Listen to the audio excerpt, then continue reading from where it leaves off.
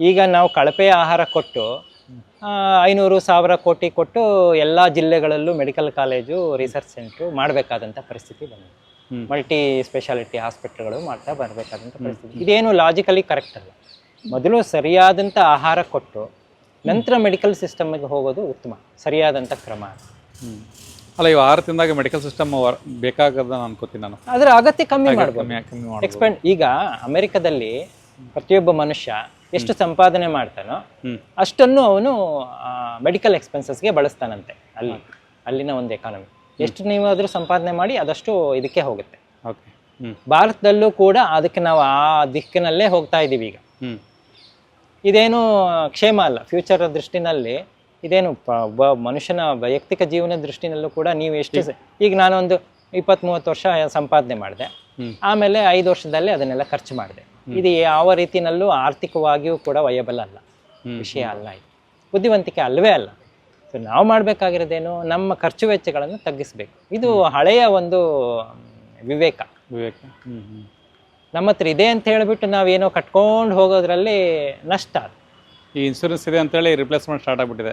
ಒಳ್ಳೆ ದುರಂತ, ಒಳ್ಳೆ ಮಂಡಿನೋ ಇಲ್ದದ್ದು ಕೂಡ ಸ್ವಲ್ಪ ನೋವು ಬಂದ್ರೆ ರಿಪ್ಲೇಸ್ ಮಾಡ್ತಾರೆ. ಭಾರಿ ದುರಂತ. ಮತ್ತೆ ಕ್ಲೇಮ್ ಆಗುತ್ತೆ ಇಲ್ಲ ಅಂತ ಹೇಳಿ.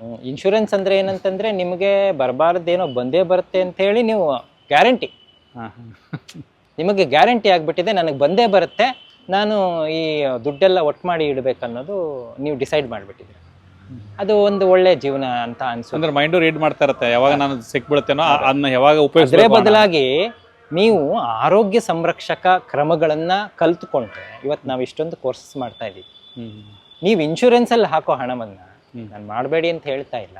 ಯಾಕಂದ್ರೆ ಎನರ್ಜಿ ಹಣ ಎಕ್ಸಿಡೆಂಟ್ ಆದಾಗೆಲ್ಲ ಬೇಕಾಗುತ್ತೆ. ಅದರ ಅರ್ಥ ಈ ದೈನಂದಿನ ಸಮಸ್ಯೆಗಳು ಡಯಾಬಿಟಿಗೆಲ್ಲ ಬೇಕಾಗಲ್ಲ, ಅದಕ್ಕೆ ಬೇಕಾಗಲ್ಲ. ಅದೇ ಒಂದು ನೀವು ಎನರ್ಜಿ ಅಂಡ್ ಟೈಮ್ ಅನ್ನ ನಿಮ್ಮ ಹೆಲ್ತ್ ಇಂಪ್ರೂವ್ ಮಾಡ್ಕೊಳ್ಳುವಂತಹ ಕ್ರಮಗಳೇನು, ಅದರಲ್ಲೇ ನೀವು ಚಿಕಿತ್ಸೆ ಪಡ್ಕೋಬೇಕು ಅಂತ ಚೌಕಟ್ಟು ಮಾಡ್ಕೊಂಡಿರ್ತಾರೆ. ಚೌಕಟ್ಟು ಮಾಡ್ಕೊಂಡಾಗ ಆಮೇಲೆ ಸಾಮಾಜಿಕವಾಗಿ ಅವ್ರನ್ನ ಹಾಗೆ ಗುರುತಿಸ್ತಾರೆ.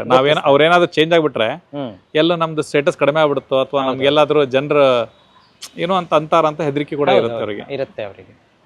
ಆಗೇನಾಗುತ್ತೆ, ಅದು ಅವರಿಗೂ ಮುಳುವೇನೇನೆ. ಅವರು ತಿಳ್ಕೊಬೇಕಾಗಿರೋದು ಬಹಳಷ್ಟಿದೆ.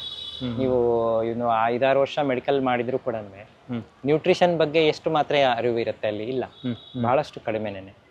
ಅಲ್ಲಿ ಕಲಿಯೋದೇನು ಬರೇ ಬಯೋಕೆಮಿಸ್ಟ್ರಿ ಅಥವಾ ಇನ್ನೇನೋ ಪ್ರೊಸೀಜರ್ಸ್ ಎಲ್ಲ ಕಲಿತಾರೆ. ಅದೆಲ್ಲ ಇರಲಿ, ಅದು ಒಂದು ಕಡೆ ಆಯಿತು. ಆದರೆ ನಮ್ಮ ವಿಷಯ ಅದಲ್ಲ. ನಮ್ಮ ವಿಷಯ ಏನು ಅಂತಂದರೆ, ನಾವು ಇವತ್ತು ನಾಳೆ ನಾಡಿದ್ದು 3 ದಿವಸ ನಾನು ಹೆಲ್ದಿಯಾಗಿ ಕಲಿತೀನಪ್ಪ, ಆ ಕಾನ್ಫಿಡೆನ್ಸ್ ಬೇಕು.